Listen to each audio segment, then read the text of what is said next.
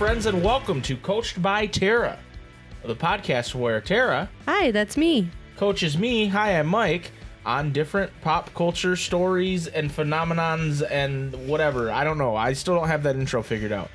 But today, and as we have been for the past 7 previous episodes, we are covering Twilight, the first book of Twilight by Stephanie Meyer.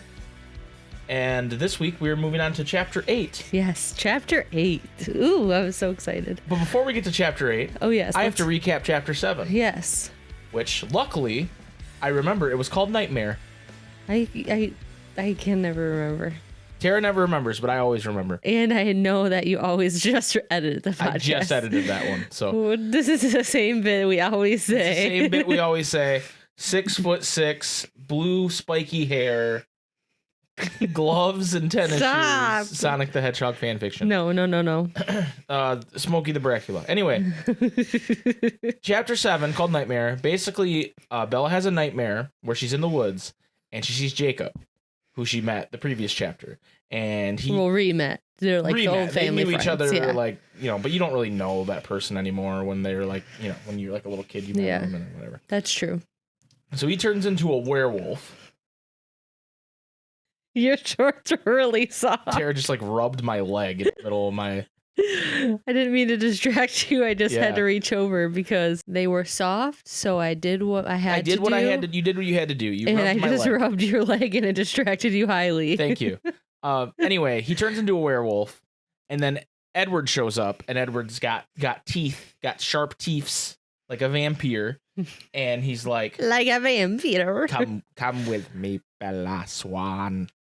And she's like, okay. And the werewolf, Jacob, is like, what the fuck? No one's cucking me. No. So he jumps at Edward, going for the jugular. She somehow knows this in the dream. And she screams, no! And then she wakes up. I think that's basically also, the gist Mike of was it. there. Pretty weird. He was like, Bella, come on. You gotta run or something. Yeah. Who knows why Simp Mike was there. Anyway, she wakes up and she's like, oh, this dream's fucked. This is my life is fucked now. I'm in love with a vampire lord, and she notices that in the dream she didn't care about like the wolf, the danger of the wolf. She was worried for Edward. True. Right. She also then she goes on the internet and she's like, she has dial-up, and Tara doesn't really know much about dial-up because she's young. Whatever, but I do know about dial-up. It takes forever, and she goes to freaking gatekeeping dial-up again. She goes to vampireaz.com. Vampires A through Z edu/.org. Organization, and she reads about different vampires throughout history, including one vampire who fought vampires. They make a note to note that one specifically, and also she talks about they have superhuman strength, and they have, you know, they're charming, and they have good looks, and all these different vampires, different records. Then she gets mad at herself. It's like, why the fuck am I why am I Googling vampires? Which Google didn't exist, but why am I Googling vampires? So then she's like, I'm just gonna go, and then she like just sprints off into the woods like some kind of wild person, and then she's just like having an existential crisis, right? Kinda. Right, and she goes like, well, you know, maybe this is true. Maybe I'm not silly. I mean, the woods, the forest is old or something. She says something weird like that. Like, the forest has been around forever. Maybe it could be true. And it's like, okay, Bella, like, she's fucking like, easy. Yeah. But fucking easy with this hippie bullshit. So then anyway, she goes to school the next couple days, and Edward's not there. And she's very saddened by that. And there was one interaction with Simp Mike that's probably important, where he asked her out on a date. Oh, that was like, really weird. And she's like, are you serious? What about Jessica? And he's like, what? Jessica? Who's Jessica? No, he doesn't say that, but who's Jessica? I don't know who the dumb girl that wants me to go to the dance with her? No, he doesn't say that. Basically. He might as well. And then she gets into the car with Jessica to go dress shopping with her for the dance that Angela, for the dance that she's not going to. Yep. Because she's just like, whatever, it's just something fun to do. Yes. And she could already feel her excitement growing by the time they left the city limit or something like that. Exactly, yeah. Yes, so that's the recap of Chapter 7, Nightmare. Chapter 8. What's the name of this chapter? And then I'll make my guess. It's pretty... Wait, what? What's the name of it? And then you'll make your guess. No, I'll make my prediction for what the chapter brings. Oh, I was like, we stopped guessing the names because there's no way I'm going to get them. No, there's no way. So this chapter is pretty straightforward. It's just called Chapter 8. Port Angeles it's where they're going. Oh, Port Angeles. Okay, so I made this prediction last episode, but I'm going to reiterate. I think Edward and maybe members of his family are going to be in Port Angeles for some reason, and they're going to run into them. Oh, yes. Okay. That's my prediction. Also, I just want to say, I know we read emails and stuff the last few episodes. I was with some friends last night who I've been recently catching up with, and they told me that they were going to marathon Twilight today, and I had to tell them about this podcast. Oh, wow. And they were like, definitely Team Carlisle too, so shout out to Corn yes. and the president of Team Carlisle. I was just like, DJ yes, Korn. I feel this like on a very personal level. Okay. So yeah, just had to throw that out there. Anyway, Tara. Yes. Are you ready to walk with? And you're not dragging me this time. I'm willingly walking. We are hand in hand, holding hands, walking through the door, the threshold. We've been invited in by the vampires. Or wait, that's not. You invite vampires in. That's not how that works. Anyway, we're walking through to visit the world of Twilight. Are you ready? Yes, I am. All right, we'll be right back.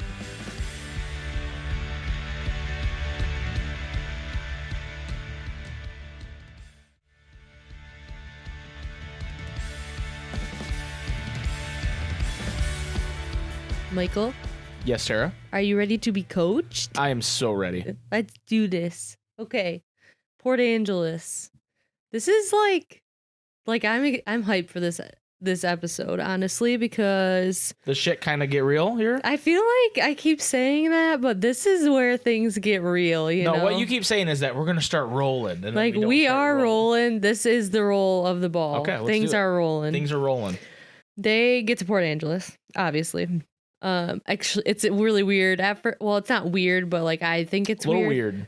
I think it's weird, and people think it's weird probably because Jessica talks about how her dinner with Mike the night before went really well, but we all know that he wanted to go with Bella, but she doesn't know. So, anyways, she was hoping that by Saturday night for the dance that they get to the first kiss stage. So.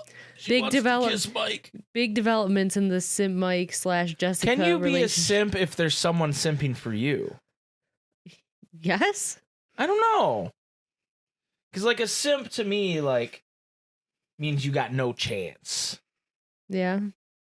I don't know. Oh, we'll explore this more. We will. Yes, exactly. Bella's pleased to hear that because she's like, she's over Simp Mike. She's like, leave me the fuck alone. Yeah, exactly. And then Angela is going to happy to go to the dance, but she's not really super interested in Eric, who she's going with.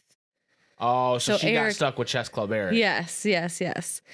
Is Eric like the leader of the chess club, or did he just happen to be in? I don't think club? We know We don't know the hierarchy of the chess club. We don't really know anything. I think she just called him that. I don't even know if I'm sure he's in it. So he's not even in the chess club, and she was just like Chess Club Eric. I'm telling you right now, I do not know anything about Eric. So, all right, if there's anybody out there that's the president of the Eric fan club, please reach out to us. cbterrapodcast@gmail.com, please. So then it describes Port Angeles a little bit about how it's like a little touristy little. It says a beautiful little tourist trap, that it's like a lot more polished than Forks is as a town. So I'm sure it has a bunch of little shops and stuff. Right. But there's a boardwalk by a bay. Oh yes, and, the boardwalk. Lots of stuff. The dance is a semi-formal dance. Okay. Apparently, and they are not really sure what exactly that means. So they're we have to search for these dresses, and we don't even really know what counts as semi-formal. Right. Which to me, I feel like semi-formal would be homecoming dresses, where they're kind of shorter. They're not super long. See, but I've seen some people really deck themselves out for homecoming, so I don't know if that. I always wore cocktail length dresses, which is right before the knee, for those types of dances, and then for prom I would wear the really long ones. See, I guess for homecoming I wouldn't wear a coat. Yeah, you would just wear the shirt and the tie. And the tie. I feel like that's semi-formal. Yeah. Maybe we should have a semi-formal. A Sadie Hawkins? Yeah. Are you going to ask me? I don't know. Can you just ask me to the Sadie Hawkins dance, please? Might have to wait, see what happens. I gotta look at my options. Well, if someone else asks me first, I can't say I'm waiting for you. You won't? I mean, you're not giving me, like, if you would say, yes, I'm asking you, then I'd wait, but... Okay, I'm asking you. Okay. All right. Good. I'm glad we got that down. You asked me, we're going together. Yes. So anybody else out there in the audience, please, ladies, ask your men or ladies to the Sadie Hawkins dance. Yes. If you're a lady asking a lady, I guess it doesn't matter which one asks. Whatever you desire. Right. If you're a man asking a man, you can't. That's against the rules of Sadie Hawkins. I don't think it's like a set in stone rule. Like nobody's gonna no one's gonna do something crazy. Queer laws for Sadie Hawkins where it's like, I don't know. They should. I think it's just like everyone is equal. They can ask who they want to ask. No, because Sadie Hawkins is the girl asks the guy. Yeah, it's pretty. It's an old school thing. I'm saying let's reform the Sadie Hawkins rules. Okay, we'll do that. Guys can ask guys. The end. The end. Reformed. Reformed. Officially. You're welcome. I don't like to use the word hero often, but I think what I just did was heroic. Is that right? Yeah. Oh wow. Yeah. You're welcome, queer community. LGBTQ friendly. Yes, we are. We are. We truly are. Fly that rainbow flag.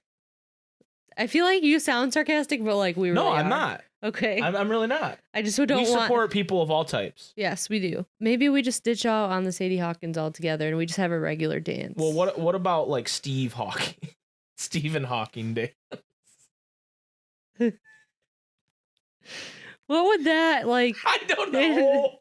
I wanted to think of a name that was a male name. That's somehow worse. A traditional male name, like guys, but Stephen Hawking.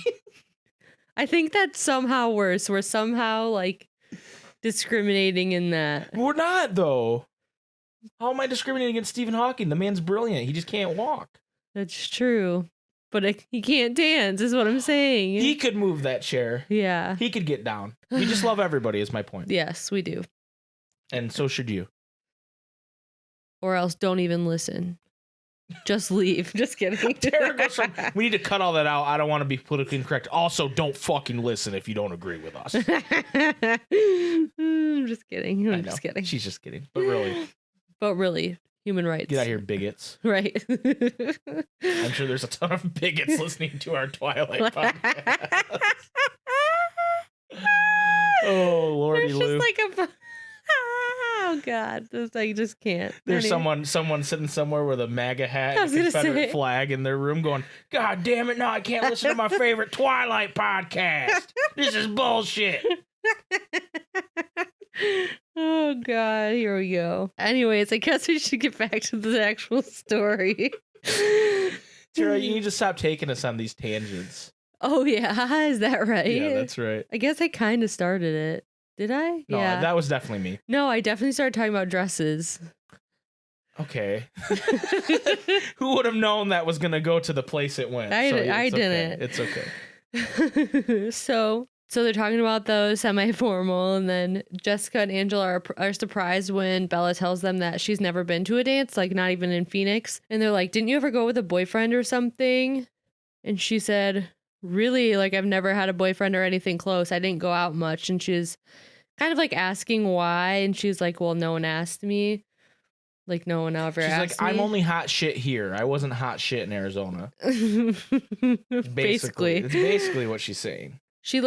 But then it says she looked skeptical. People ask you out here, she reminded me, and you tell them no. And then it says, well, except for Tyler, Angela amended quietly. Excuse me, I gasped. What did you say? Tyler told everyone he's taking you to prom. Jessica informed me with suspicious eyes. He said, what? I sounded like I was choking. I told you it wasn't true, Angela murmured to Jessica. I was silent, still lost in shock that was quickly turning to irritation. But we had found the dress wrecks now, and we had work to do. So basically, like... Tyler was just like, yo, I'm going to prom with her. She said yes. Well, remember, like, when he asked her, he was like, there's always prom. And she was like, He took that as a, oh my God. Bold move by the man who couldn't even control his car in a fucking parking lot. True. So true. And almost killed her. Bold move. Very bold. Bold. So then it says, that's why Lauren doesn't like you, Jessica giggled while we pawed through the clothes. I ground my teeth. Do you think that if I ran him over with my truck, he would stop feeling guilty about the accident? That he might give up on making amends and call it even? Maybe, Jess snickered, if that's why he's doing this. So they're just like gossiping. Yeah, I wouldn't just assume that he's doing it out of guilt. I think, but she doesn't realize. Yeah, she doesn't realize she's simp bait. Yeah, Bella's simp bait. She definitely is. So then it describes how like they are choosing different dresses. I don't know if it matters the details about the dresses of that they choose or whatever. So I'm just gonna skip over that. Bella describes that the process of them like finding dresses was like a lot easier and shorter than like trips that she'd taken with her mom Renee at home. But it's like limited choice, like a lot more limited choices in the town that they're in too. So then they have to like go look out for shoes and accessories, and she's just like critiquing them, like she's helping them choose and stuff like that. It says like the girls' night high was wearing off in the wake of my annoyance at Tyler, leaving room for the gloom to move back in. So she's just like progressively like thinking about it more and just like getting super irritated, right. And like going back to how she was feeling last chapter where she was like thinking too much about things that she didn't want to think about. So then she is like trying to attempt to like ask things about the Cullens, but she doesn't want it to be weird.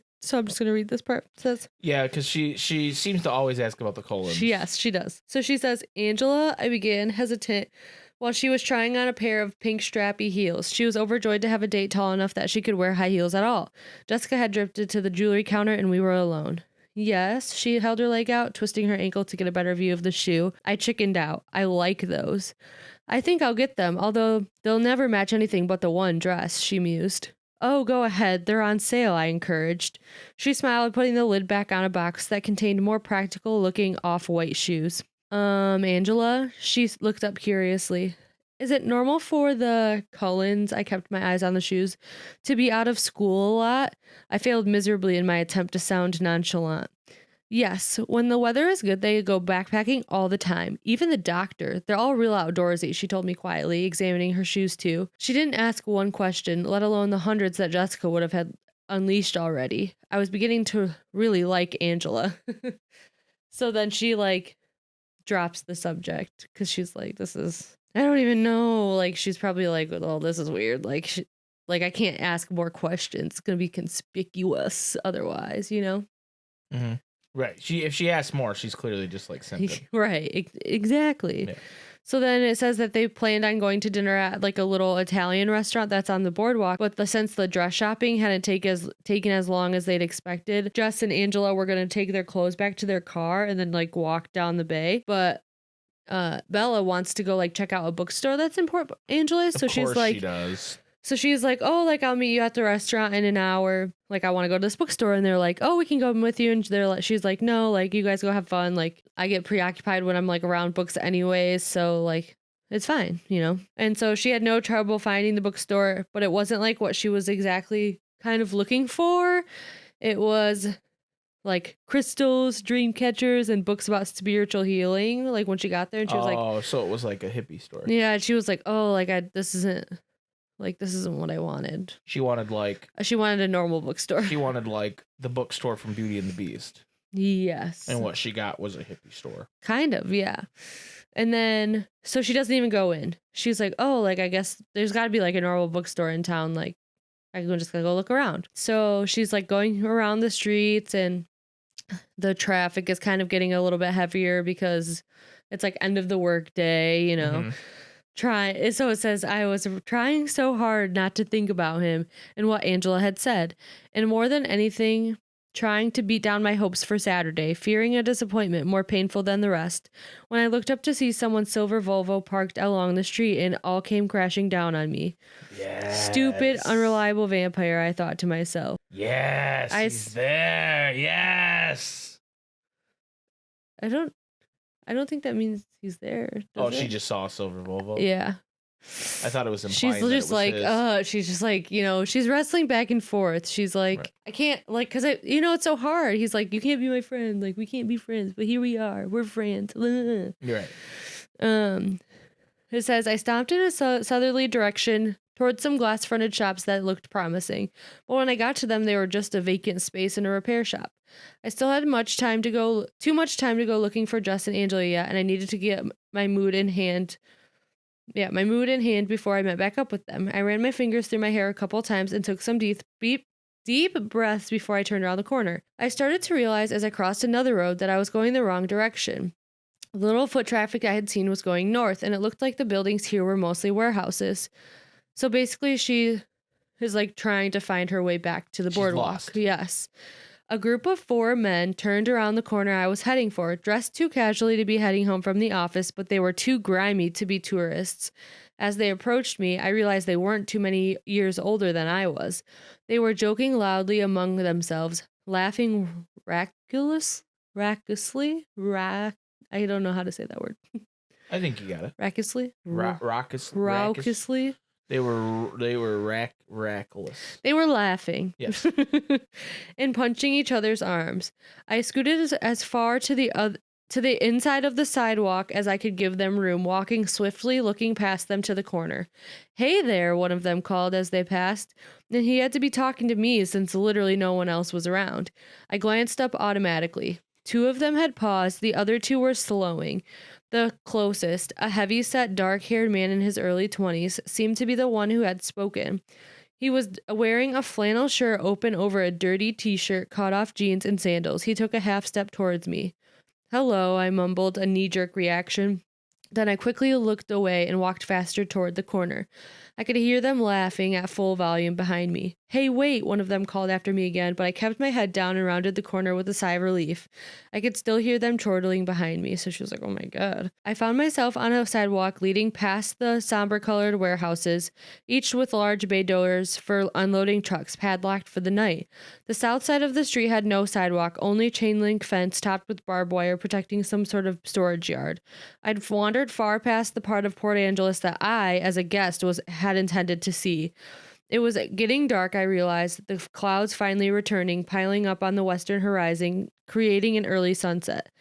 So she's like, crap, I'm lost still. Couldn't she just like walk towards the pier, the bay? Doesn't she know where the water is? I don't know. She's just in a direction? She just lost her sense of direction. So she had left her jacket in her car, and a single van passed me, and the road was empty. And then the sky like darkens more, and she's like, crap. And I realized with shock that 2 men were walking quietly 20 feet behind me. They were from the same group I'd passed at the corner, though neither was the dark one who'd spoken to me. I turned my head forward at once, quickening my pace. So she's like doing like that thing that most women have had to do in their life, where they're like, she's like going through things in her mind, like, shit, where's my following? Yeah, me. Where's my purse? Like, my purse is on my shoulder strap. I don't know. I know exactly where my pepper spray is. Like, right. Like, what are my next moves? Like, do I accidentally drop my bag and walk away? Like, are they thieves? Like, are they creepers? I don't know. Right. So then she's like trying to figure out what to do. And she's kind of like actually she's walking as quickly as she can without actually running. Right. And just like focusing on like the fact that there's like a right-hand turn like up ahead of her. As she reaches the corner, she realizes that like she's only turning into she says it's revealed that it was only a blind drive to the back of another building. Right. So she reached a dead end. Mm-hmm.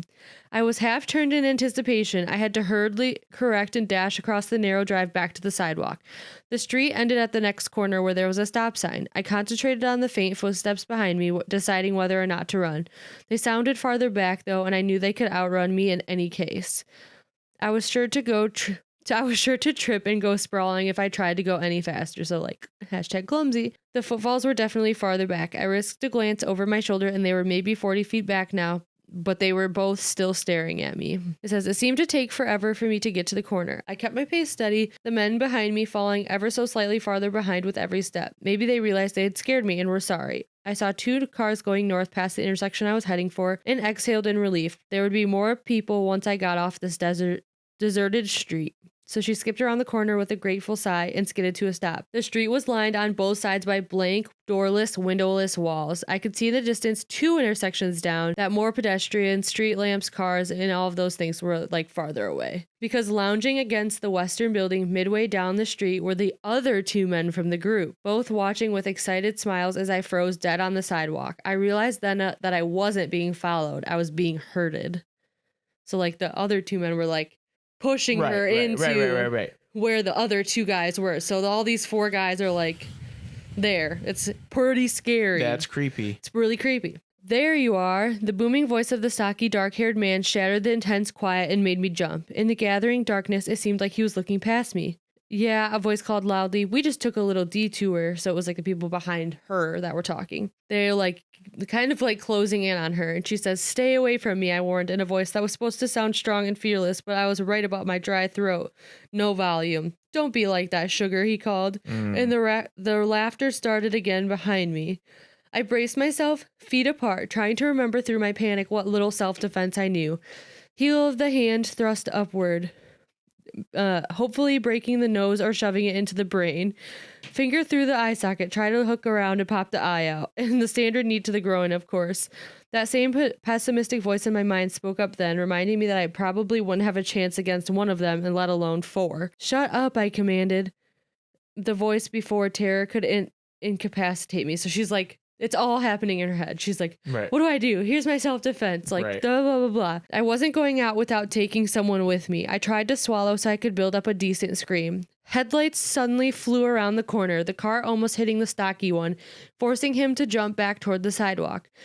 I dove into the road. This car was going to stop or have to hit me, but the silver car unexpectedly fishtailed around, skidding to a stop with the passenger door open just a few feet from me. Get in, a furious voice commanded. It was amazing how instantaneously the choking fear vanished. Amazing how suddenly the feeling of security washed over me, even before I was off the street, as soon as I heard his voice. I jumped into the seat, slamming the door shut behind me. What you thinking? Mike's shaking his head right now. I've never been so angry to be right. How did he know? How did he know she was going to get attacked? Big sigh of relief, but basically... That's very poggers, Bella. I know. So basically he's like speeding out of where they were. Put on your seatbelt, he commanded, and I realized I was clutching the seat with both hands. I quickly obeyed. The snap as the belt connected was loud in the darkness. He took a sharp left, racing forward, blowing through several stop signs without a pause. But I felt utterly safe, and for the moment, totally unconcerned about where we were going. I stared at his face in profound relief that went beyond my sudden deliverance. I studied his flawless features in the limited light, waiting for my breath to return to normal until it occurred to me that his expression was murderously angry. Are you okay? I asked, surprised at how hoarse my voice sounded. No, he said curtly, and his tone was livid. I sat in silence, watching his face while his blazing eyes stared straight ahead until the car came to a sudden stop. I glanced around, but it was too dark to see anything besides the dark trees around the roadside.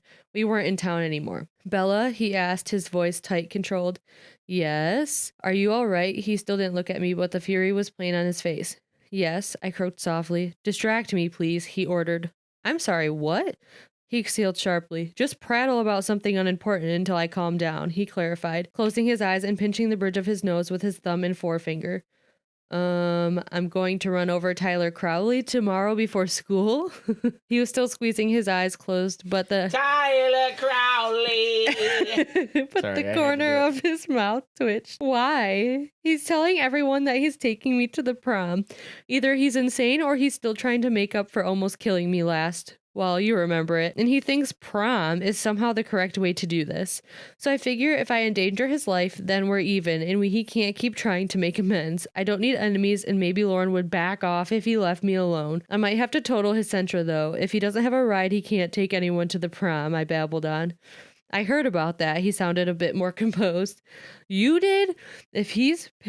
And so she's like disbelief. She's like, what the fuck? Even he heard about this? Mm-hmm. If he's paralyzed from the neck down, he can't go to prom either, she mutters. And then Wow, Belle, a little dark. And then finally he like sighs and like opens his eyes and he's like, And she's like, are you better? And he's like, not really. And they're just kind of like sitting there like, this is like what the heck just happened? Yeah. And she's like, what is wrong? He says, sometimes I have a problem with my temper, Bella. He was whispering.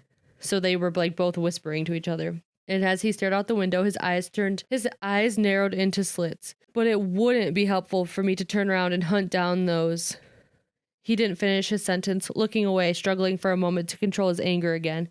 At least that's what I'm trying to convince myself. So he's like trying to convince I want to murder them. Yeah. She's like, oh. She couldn't think of a different response. So she's like, well, Jessica and Angela will be worried. I was supposed to meet them. Like, it was a full like half hour or more like after they were supposed to meet. And he just like doesn't say anything else and turns the car back on and like goes back into town.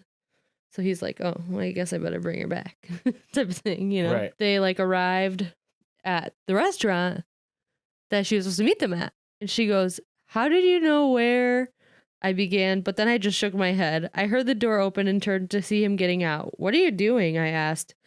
I'm taking you to dinner. He smiled slightly, but his eyes were hard. He stepped out of the car and slammed the door. I fumbled with my seatbelt and then hurried to get out of the car as well. He spoke before I could.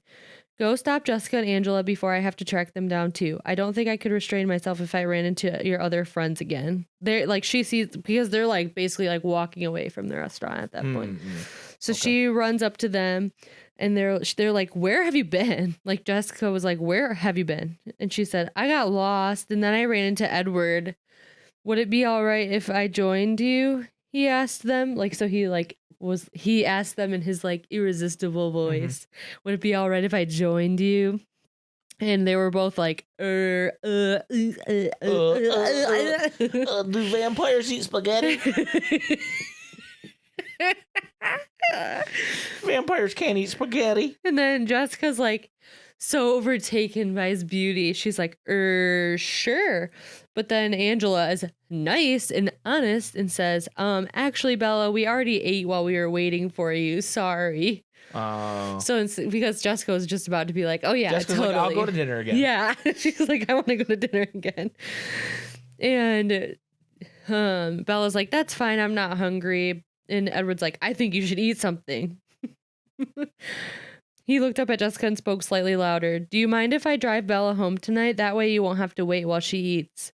No problem, I guess. So Jess is like, what the fuck? They're just like, okay, well, like, see you tomorrow. Like, okay, bye, you know? Right. So weird.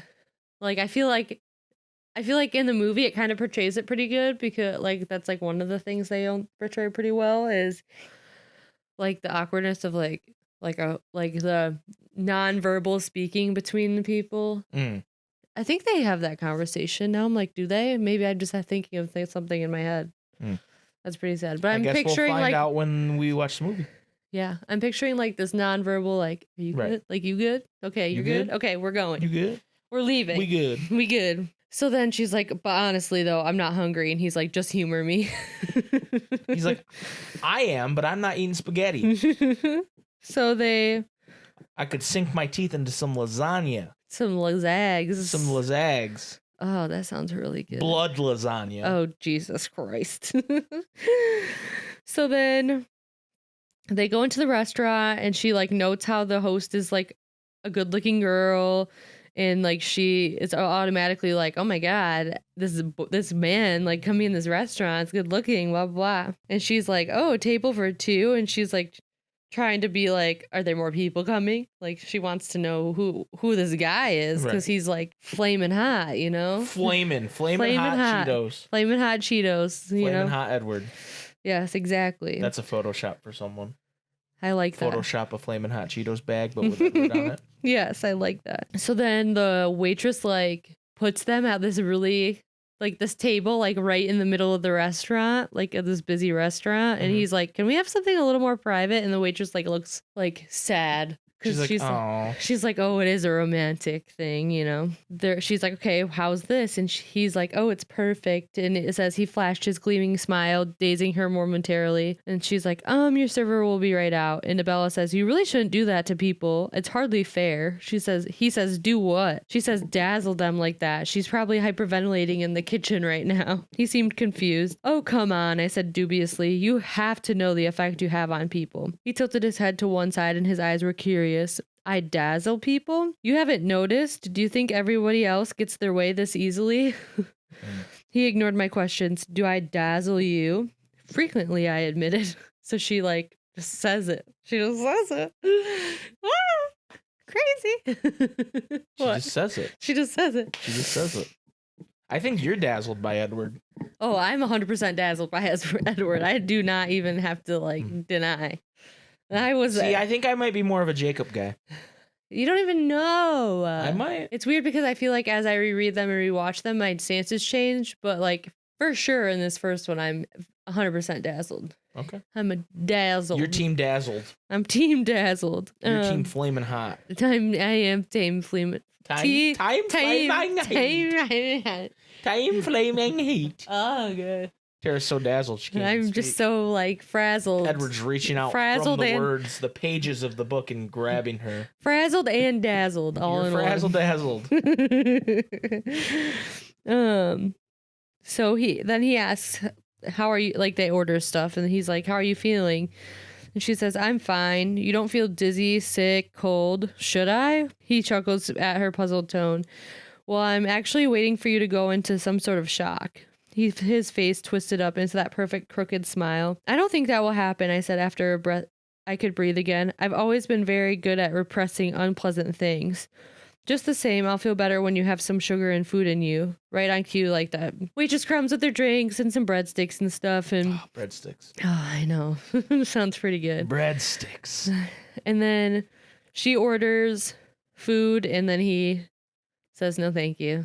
He's not getting any food. Yeah, vampires don't eat spaghetti. She gets mushroom ravioli. Ugh. Oh, it sounds so good. Bella, disgusting. What? Stop. Mushrooms? Stop. That sounds good. So then... I think we should stop this podcast. Oh, Jesus Christ. It's over some fucking mushroom ravioli. And then she's realizing when she's taking drinks of the Coke that she's super cold and she's shivering and he's like, "Don't you have a jacket?" His voice was disapproving. "Yes." And then she looks at the empty bench next to her. "Oh, just I left it in Jessica's car." She's like, "Oh, I didn't even realize I didn't have it," you know. And then he gives her his jacket. Oh my God. So he hands her the jacket, and she was when he was taking off the jacket, she was ogling at him. She was like, "Oh, look at his body." Was he shirtless under the jacket? No, but he's just wearing a sweater and it's snug around his shoulders and stuff. So snug. It's so snug. I didn't realize I was reading smut. You're not reading it. Is this a Danielle Steele book? Maybe I should just change it all and you'll never know. You would never know if I was actually just changing this all to That's a true. smut. Just like you'll never know if I'm changing how you sound on the podcast. True. So we have to have a mutual honesty, truth yes. thing. Yep. Okay. But I'm just picturing Fabio right now on the cover of a Danielle Steele book. Interesting. Probably that muscular at least. Yeah. But not that tan. He's pale. He's and his hair's pale. not long like No. Fabio. No. So she says thank you and she puts on the jacket and it says, "It was cold. The way my jacket felt when I first picked it up in the morning hanging in the very drafty hallway. I shivered again. It smelled amazing. I inhaled, trying to identify the delicious scent. It didn't smell like cologne. The sleeves were much too long, so I shoved them back so I could free my hands. That color blue looks lovely with your skin," he said, watching me. I was surprised. I looked down, blushing, of course. He pushed the breadbasket towards me. "Really? I'm not going into shock," I protested. "You should be. A normal person would be. You don't even look shaken." He stared into my eyes, and I saw how light his eyes were, lighter than I'd ever seen them, golden butterscotch color. "I feel very safe with you," I confessed, mesmerized into telling him the truth again. That displeased him.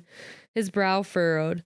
He shook his head, frowning. This is more complicated than I'd planned, he'd murmured to himself. Usually you're in a better mood when your eyes are so light, I commented, trying to distract from whatever had left him frowning and somber. He stared at me, stunned. What? You're always crabbier when your eyes are black. I expect it then, I went on. I have a theory about that. His eyes narrowed. More theories? I hope you were more creative this time, or are you still stealing from comic books? His faint smile was mocking. His eyes were still tight. Well, no, I didn't get it from a comic book, but I didn't come up with it on my own either, I confessed. And he prompted, but then oh my God, she's gonna break the treaty. But Bella, no! Bella, don't do it. You're going to say Jacob said it, and that's going to break the treaty, and you're going to cause a war. What the hell's wrong with you? Just wait. Bella! Just wait. No! Fuck. So then the waitress brings her food, and more stupid stuff happens, like food stuff. Yeah, food stuff. Like he slurps up the spaghetti. No, he doesn't. She just eats. He says, you were saying... I'll tell you about it in the car if I paused. There are conditions, he raised an eyebrow. I do have a few questions, of course. Of course, he says. He says, well, go ahead. First, why are you in Port Angeles? He looked down, folding his large hands together on the table. His eyes flickered up at me from under his lashes, the hint of a smirk on his face. Next. But that's the easiest one, I objected. Next, he repeated. I looked down frustrated, so she's like, what the fuck? I gotta come up with another question. She says, okay then. Let's say, hypothetically, of course, that someone could know what people are thinking, read minds, with a few exceptions. Just one exception, he corrected. Hypothetically. All right, with one exception then. I was thrilled that he was playing along, but I tried to seem casual. How does that work? What are the limitations? How would that someone find someone else at exactly the right time? How would he know she was in trouble? I wondered if my convoluted questions even made sense. Hypothetically, he asked. Sure. Well, if that someone, let's call him Joe, I suggested. He smiled wryly. Joe, then. If Joe had been paying attention, the timing wouldn't have needed to be so exact. He shook his head, rolling his eyes. Only you could get into trouble in a town this small. You would have devastated their crime rate statistics for a decade, We were speaking of a hypothetical case, I reminded him frostily. He laughed at me, his eyes warm. Yes, we were. Shall we call you Jane? How did you know? I asked, unable to curb my intensity. I realized I was leaning toward him again. So he's like kind of wavering at that point. He's like has like some sort of internal dilemma. He's like, what the... Right. He doesn't want to tell us. Yeah. His eyes locked with mine, and I guessed he was making the decision right then whether or not to simply tell me the truth. You can trust me, I murmured. I reached forward without thinking to touch his folded hands, but he slid them away minutely, and I pulled my hand back. I don't know if I have a choice anymore. His voice was almost a whisper. I was wrong. You're much more observant than I give you credit for. I thought you were always right. I used to be, he says. He shook his head again.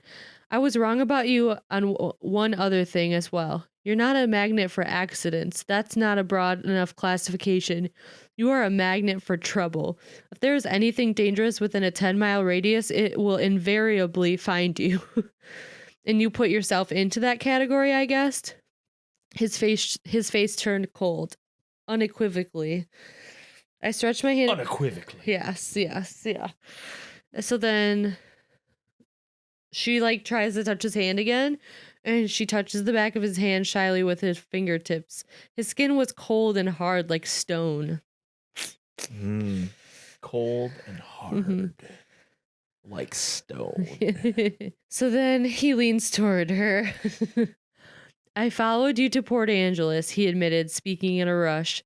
I've never tried to keep a specific person alive before, and it's much more troublesome than I would have believed. But that's probably just because it's you. Ordinary people seem to make it through the day without so many catastrophes. He paused. I wondered if it should bother me that he was following me. Instead, I felt a strange surge of pleasure. He stared. He followed me. He stared. He followed me to Port Angeles. That's so hot. It's so hot. It's flaming hot. It is flaming hot. It's flaming hot. She said, did you ever think that maybe my number was up the first time with the van and that you've been interfering with fate ever since? That wasn't the first time, he said, and his voice was hard to hear. He was speaking quietly, basically. Your number was up the first time I met you. I felt a spasm of fear at his words and the abrupt memory of his violent black glare that first day. Remember when he was like really creepy when she first saw him? But the overwhelming sense of safety I felt in his current presence stifled it. And he's like, you remember? And she's like, yes. And she's like, yeah, I remember that day. And he's like, and yet here you sit. She said, yes, here I sit because of you, because somehow you knew how to find me today. He is like, okay, well, you should eat and I'll talk. So, there's just a lot. He's going to probably unravel a lot. So here we go. Are you ready? I'm ready. I'm kind of not ready. Unravel it. Ugh. Unravel it, Tara, now. Just taking a moment. Unravel now. Do it. I just feel like I'm reading so much of it, but it's like... It is what it is. It is what it is. Unravel it. It's harder than it should be keeping track of you. Usually I can find someone very easily once I've heard their mind before. He looked at me anxiously, and I realized I had frozen. I made myself swallow the food, then stabbed another ravioli and tossed it in. So she's like, oh my God. Tossed it in. I just tossed the ravioli in my open mouth. What the fuck? I was keeping tabs on Jessica, not carefully. Like I said, only you could find trouble in Port Angeles. And at first I didn't notice when you took off on your own. Then when I realized that you weren't with her anymore, I went looking for you at the bookstore I saw in her head. I could tell that you hadn't gone in and that you'd gone south. And I knew you would have to turn around soon. So I was just waiting for you, randomly searching through the thoughts of people on the street to see if anyone had noticed you so I would know where you were. I had no reason to be worried, but I was strangely anxious. He was lost in thought, staring past me, seeing things I couldn't imagine. I started to drive in circles, still listening. The sun was finally setting, and I was about to get out and follow you on foot. And then... He stopped, clenching his teeth together suddenly in fury. Then what? I whispered. I heard what they were thinking. He growled, his upper lip curling slightly back over his teeth. I saw your face in his mind. It was very hard. You can't imagine how hard for me to simply take you away and leave them alive. His voice was muffled by his arm. I could have let you go with Jessica and Angela, but I was afraid if you left me alone, I would go looking for them, he admitted in a whisper. I sat quietly, dazed, my thoughts incoherent. Good God, what rapists. The fuck? She was just like, what is happening?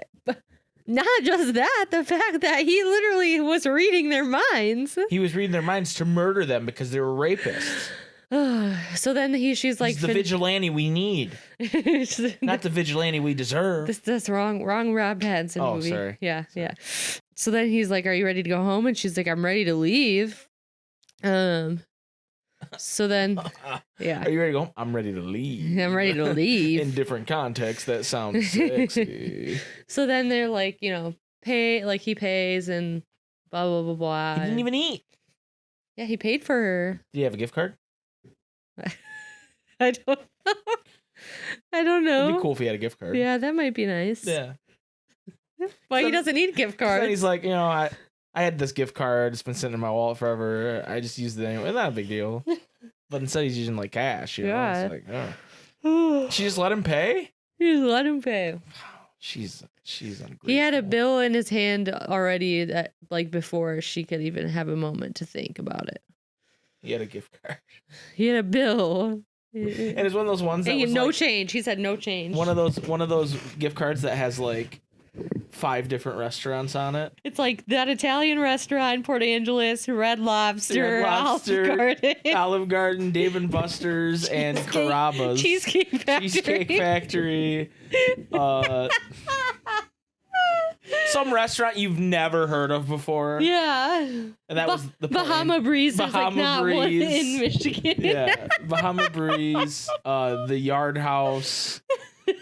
And that Italian restaurant in Port Angeles on the pier. So true. It's like you always get those gift cards and you're like, I'm never gonna fucking use it right. at this fucking I might as well just go to Red Lobster and buy $25 worth of biscuits.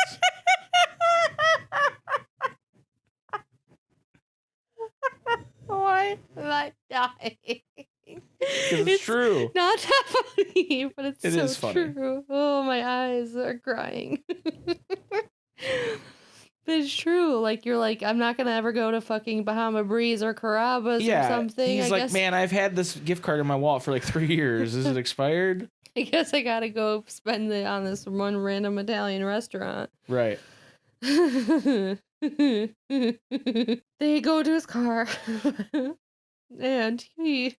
Oh my gosh. Are you okay? No.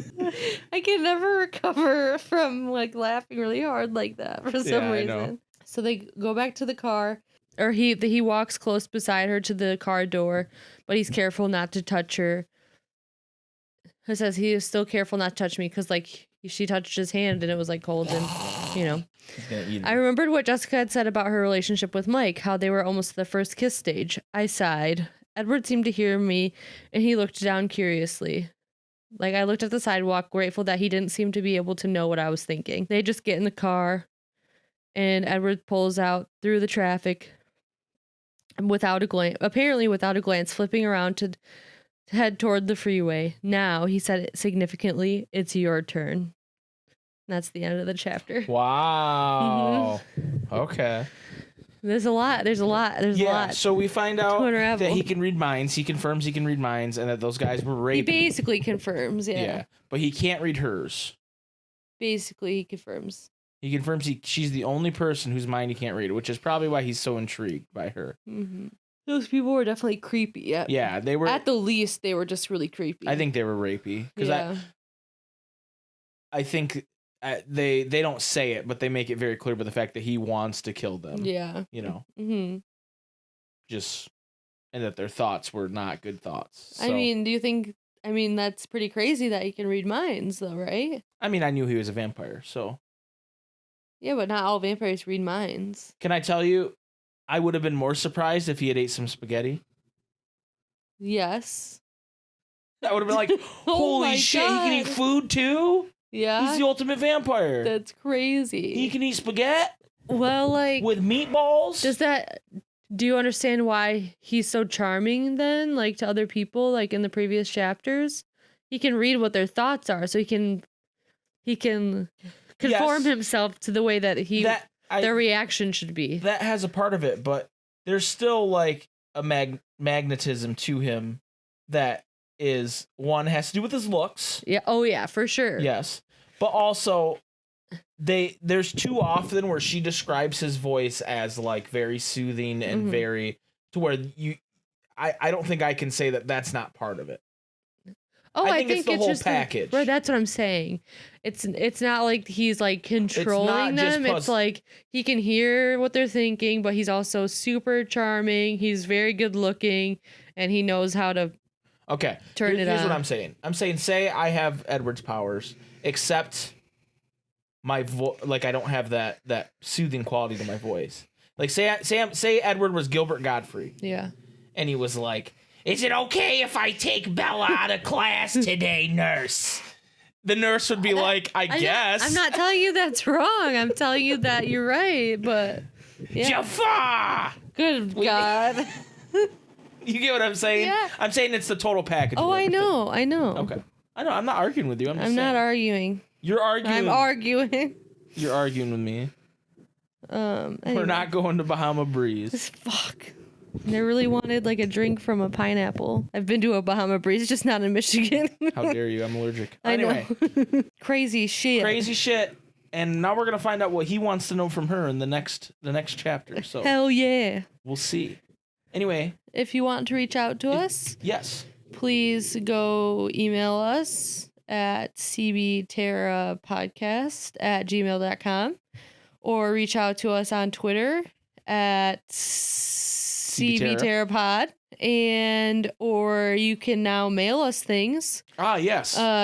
Physically, snail mail, if you will, mail us, at we'll put it in the description. It's in the Discord, but it is also we'll just put it in the description. I'll just say it. P.O. Box 8159 Kentwood, Michigan 49518. You can address that to me or Tara. Mostly me. And if you want to send us a letter, you can do that. Yes. Also, you can join our Discord. The link is in the description. We talk about Twilight. But mostly and there's a spoiler channel where you can talk about spoilers with Tara. Yes. I will not be there. Mostly that Discord is for Michael's Kingdom Hearts podcast.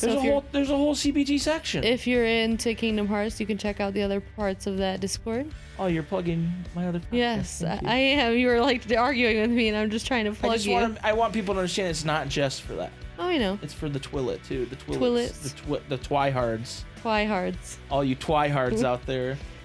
All you flaming hot freaks. What else? That's it. Tara. That's it. Thank you so much for coaching me. You're welcome. Bye, everybody. Bye.